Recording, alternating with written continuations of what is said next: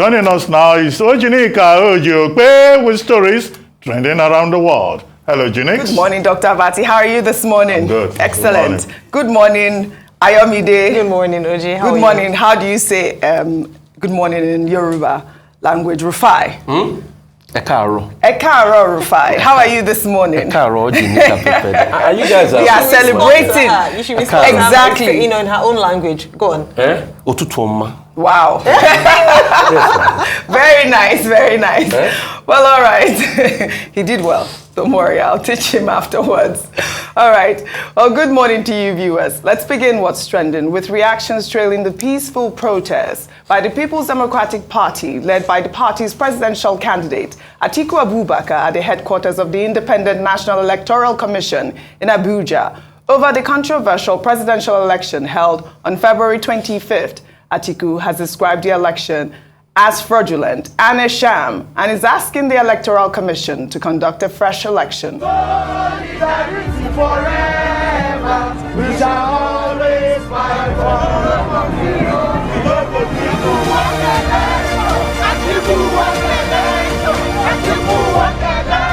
All the provisions of the current electoral law has been completely contravened. We were protesting and INEC was not listening. They were bent on going with this, announcing these results. In fact, this protest is going to continue for a very, very long time. Well, in the meantime, the All Progressives Congress has tackled Atiku over the protest. In a statement on Monday, the party's media director, Bayo Onanuga, said that instead of gathering evidence for the election petition tribunal, Atiku and his followers were dancing skelewu on the streets of the nation's capital. Onanuga described the protest as a new low and accused Atiku of staging a theater of the absurd. Onanuga said the APC fails to see how a march to INEC by a scanty crowd will give victory to Atiku and his fragmented party in the PDP. Well, I believe that the APC has taken a dig at Atiku, and it's not only the APC, but let me take some tweets. This is from Festus Kiamo, who wrote, "The adoring of black dresses by the PDP leaders in their protest to INEC office did the right thing because the event was actually a funeral procession. The undertakers of PDP who refused to adhere to the principle of zoning took the corpse to the gates of INEC for proper burial." Well, the Rivers State Governor, Nyesom Wike, has also taken a swipe at the former Vice President, Atiku Abubakar, over the protest at INEC. Wike, while speaking during the commissioning of a road in the state, said that he had won the leadership of the party over their insistence that Northerners hold onto the presidential ticket and national chairmanship seat of the party, and that now, while party members are demonstrating, he's commissioning projects. While other people are demonstrating, me have commissioning projects. We love you. I have not time to do demonstration. My own is to commission projects to make my people to be happy.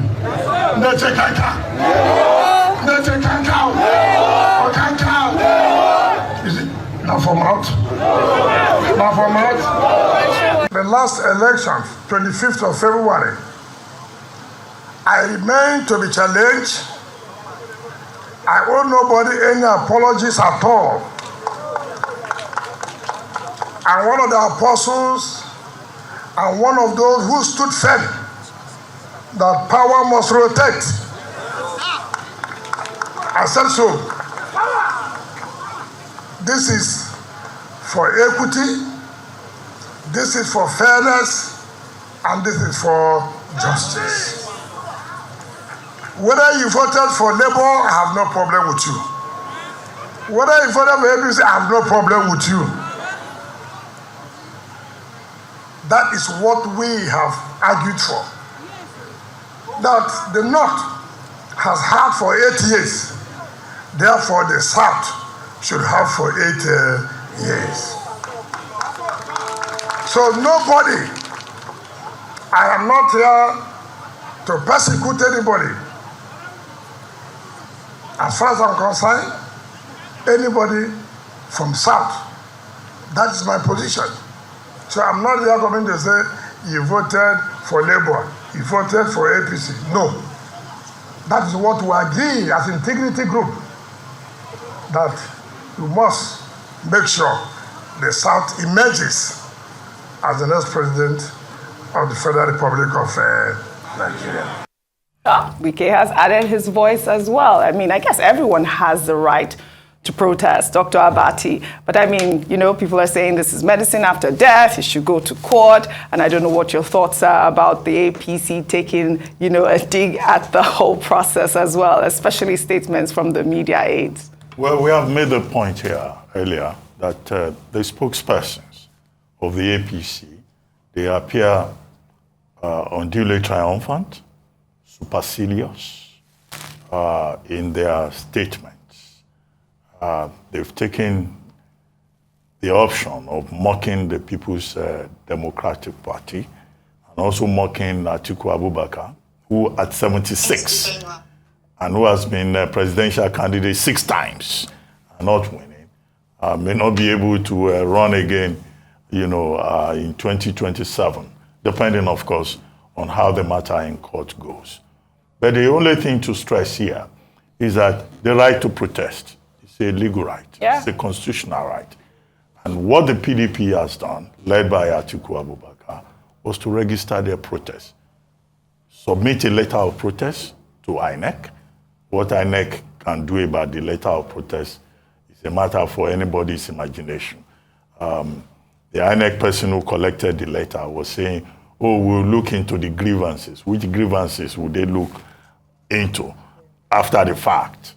And what the PDP is saying basically was that the INEC had violated the Constitution and the Electoral Act, and that it conducted an election that is best regarded as a charade, and that is a violation of the whole idea of democracy. So, but to the extent that the PDP and other political parties are protesting peacefully, not taking the laws into their hands, I think that's to be commended.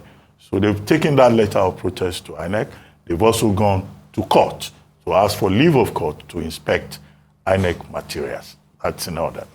As for Nyesom Wike, the governor of Rivers, well, he was speaking at HA local government area yesterday. I guess you cannot crucify a man for insisting on certain principles.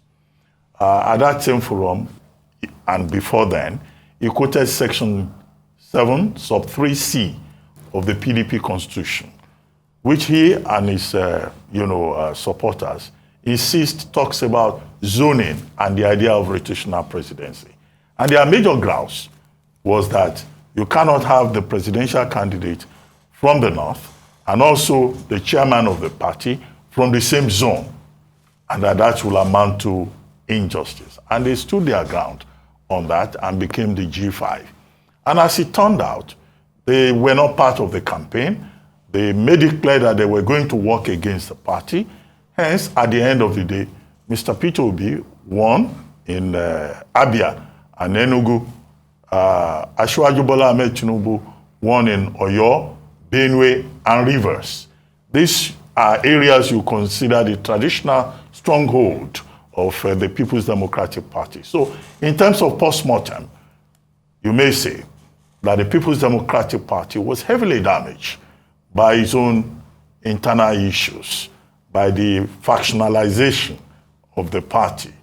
The only thing that Wike did not do in that statement is to, come up with a song, his usual song, as they paint them, they sweet us, which was more or less what he was saying. Yes. That's why some people were demonstrating yesterday in Abuja. He was not demonstrating. Projects. He was, commissioning projects. Yes. So that's one-upmanship, it will look like. But when all this is over, what will happen? Will the party sanction him and the other governors that worked against the interests of the party, that engage in anti-party activities? Because even in that tape that you played, it was saying, if you voted for Labour Party, no problem. If you voted for APC, no problem. But this Saturday, I hope he's not going to say that his own candidate should be voted against. That has not been his campaign so far. But this is just the complex nature of politics that we see in Nigeria. But I hope, as I said previously, before you joined us, that the People's Democratic Party, beyond, without prejudice to the outcome of the election petition at the Court of Appeal, functioning as the Presidential Election Petition Tribunal, will learn lessons from what has transpired within the party. Mr. Peter will be leaving the party, almost, play the role of a spoiler to the party, because all his popularity, the efforts, and all of that is clear. If he had been in the PDP, PDP will have gained from that. If the G5 did not pull out, along with other party leaders, the PDP will also have gained from that. Right. When in 2015, the APC emerged, you had parties coming together, forming a formidable front to challenge the ruling People's Democratic Party. In 2023, instead of coming together, the PDP divided into splinters. And, this is part of the outcome. Well said, Dr. Abati. Well, in the meantime, the decision by the Independent National Electoral Commission to approach the Court of Appeal in Abuja to allow the commission reconfigure the bimodal voter accreditation system used in the presidential election before deploying them for the March 11 governorship and state legislative elections has elicited questions about the integrity of the recently held poll from a cross-section of Nigerians. The appeal is coming as the court had previously granted the People's Democratic Party and the Labour Party permission to inspect materials used by the commission in the conduct of the February 25th presidential election, and that includes granting access to scan or make photocopies of voters' registration and ballot papers, as well as carry out digital forensic inspection of the BVAS machine used in the election. INEC, however, in its application, asked the appellate court to vary the order granted to the aggrieved parties so as to allow the commission to reconfigure the BVAS ahead of the polls, while some IT experts have said that granting the order would allow the electoral body to tamper with the evidence and compromise the pending litigations on the controversial poll and further worsen the credibility of the entire process. Let's take some reactions. This is from Silicon, who wrote, BVAS was configured to rig the presidential election, and that has been achieved. While National Assembly election results were uploaded easily into the INEC server, presidential results were not. Now, they want to configure BVAS to enable them rig governorship elections. Ninja, make una get sense small, oh. Well, Pearls wrote, word rich in me has it that BVAS has enough capacity to take in data for all the elections scheduled to take place this period, presidential and gubernatorial inclusive. And to think of it, we had less than 25 million Nigerians who voted out of 93 million registered voters. That is less than 30% turnout. Why would INEC go for a system that cannot comfortably accommodate data of 93 million people for a single election, or even more? What did they spend about 350 billion naira for? It's either INEC is incompetent or lying. And with what has happened so far, I suspect the latter or both. Incompetency or they're lying, Rufai. Oji, you see, I said it this morning, please. I think the EFCC and every, parastatal possible that investigates needs to investigate that INEC project that brought about the BVAS. Something is not adding up. Something is not adding up. For the amount of money spent, we shouldn't be having this process. Something is not adding up. Who were those that brought in the BVAS in the first place? Who were those that did the software back-end work? Something is not adding up. And when you say you want to reconfigure, we were all here when the Osun report came out, the Osun Tribunal report, saying that there were two varying data from the BVAS because those that downloaded theirs on time, about a month after, is still downloading some data and all of that. So if you have that, then you must allow room for people to be able to check the full record of what's on the BVAS. It must not be tampered with. And people must be able to have elections without tampering with what is in the BVAS. And because the process looks in such a way, that tab is not a big deal. It's just a tab with a, what is it called, punch, thumbprint punch on it. Yes. It's a normal tab now. So, and Shebi is just, you will just load up a software on it. So we need to investigate what really happened. What is even the Beavers backend like? Who are the people that were given the contract? EFCC needs to investigate INEC. That's number one. And concerning, reconfiguring, I don't think INEC should reconfigure because they'll be tampering with what is there. And INEC should not blackmail us by saying, no, if they don't do it, they'll not be able to do elections. Secondly, and I'd like to challenge many norms. What Governor Wike said, I condemn him for trying to say, oh, they don't have a right to protest, blah, blah, blah, and all of that. But I will not condemn him for saying the zoning arrangements. Because see, let us call a spade a spade. Atiku Abubakar emerged into disrupting the zoning arrangement of the PDP added to the faults of the PDP. Governor Wike, Kiamu, that said that is also right. But what I just disagree with Kiamu on is the attack of, oh, they are doing a funeral, blah, blah, blah. No, they have a right to protest because even INEC has come out and say his process was flawed. They had a meeting the other day, and the INEC chairman said, "Oh, we will deal with negligent members of staff." They're not supposed to be telling us that, and that's why the people had called the commission to be able to review the elections. But yes, let me now push further my narrative by saying I also disagree with people that says because of all of this, PDP lost their states, even if PDP was as united as Manchester United. They will still have lost states like Delta. Because this were the people speaking. They had the structure in Delta. We forget that the running mate is the running mate of Alhaji Atiku Abubakar, Mr. Okowa, is the incumbent governor of Delta, and he couldn't deliver his states. In fact, there were copious notes of him even being beaten around his locality. Even in Edo State, that there was an incumbent governor that the people liked. In fact, there were talks on the street that people were saying, Governor, this is not about you, but now we go vote for presidency. Even in Abia, if the PDP was as united as anything, with the zeitgeist, with the push by the people, they wanted to vote Labour. So I also attack that argument that says, oh, if the PDP was united. Because when you look at it, the margins were there and it speaks for itself. All right. But the PDP has a right to protest, and the APC should stop taunting the PDP on it protesting the election results. All right. Well, in another development, the governor of Ebonyi State, David Umahi, has said that he is not against the Southeast decision to vote for Peter Obi during the presidential election, but that the comments made by the governor of Anambra State, Professor Charles Chukwuma Soludo, about the presidential ambition of the Labour Party presidential candidate have manifested.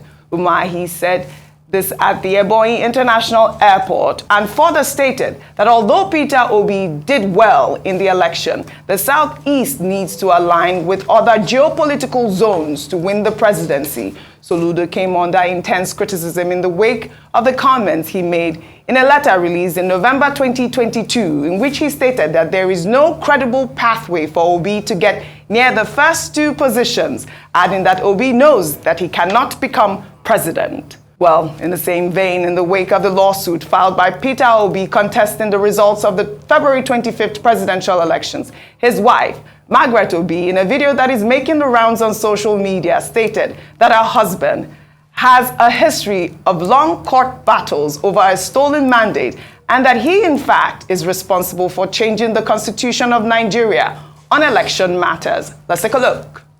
They remember this, but this man, this una in-law, now he changed constitution of Nigeria when it comes to election. That's why we dey get stagger election. You know, say when he contest for 2003, they come collect the mandate. He say he go court.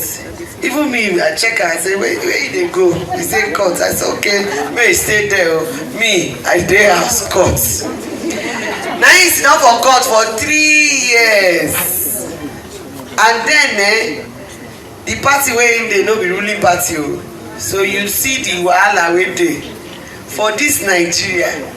Now one day after 3 years, they give him a mandate. That's not the reason why for here for Nigeria sometimes no be sometimes some states dey get election different, like for March 11 no be all states go get. That one no even do am sef, dem come impeach am. You know why dem impeach am? Dem say he's stingy. No be today, no dey give you, but if you wan look whether man stingy, make you look inside house. Well, another wife that is speaking on behalf of her husband is wife of the governorship candidate of the Labour Party, Dr. Mrs. Ifeyinwa Anebo, Rhodes Vival, ahead of the March 11 gubernatorial election. Her speech is coming in the wake of the attacks by those who believe that her husband does not qualify to govern the state because he's not a Lagosian.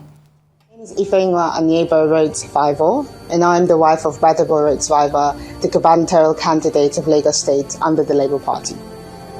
I want to take this time out to thank you so much for your support. This journey is not for the swift, but we are deeply appreciative. As you may already know, GRV's brilliantly crafted manifesto proposes solutions to problems Lagosians face on a daily basis. I'm a scientist with a background in molecular genetics. I've also been lucky enough to have the privilege of being trained at some of the world's most reputable institutions, like the University of Oxford and Harvard University. I'm extremely passionate about healthcare, science, research, and innovation. So, given this opportunity to support the work of my husband, I want to enable the quality and access to good healthcare for our people. I'd also like to improve the diagnostics in both infectious diseases and non-communicable diseases through innovative laboratory technologies like genome sequencing and artificial intelligence. And finally, expanding on programs that promote science and innovation for the youth in our community. Our Lagos is a community of talented, illustrious, enterprising, and excellent citizens. We deserve a government that works. A government that allows us to thrive is what we deserve.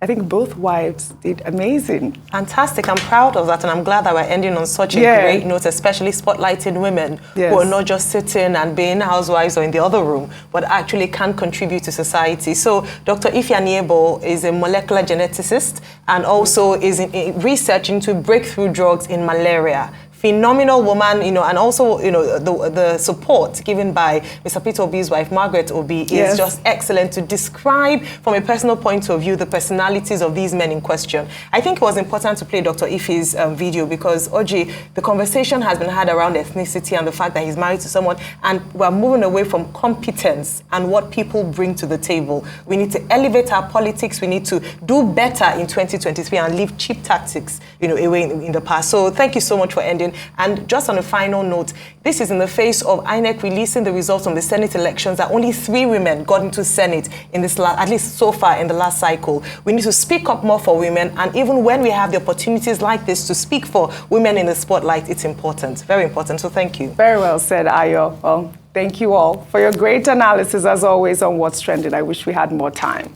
Well, that's all I have for you on What's Trending today. I'll see you all tomorrow.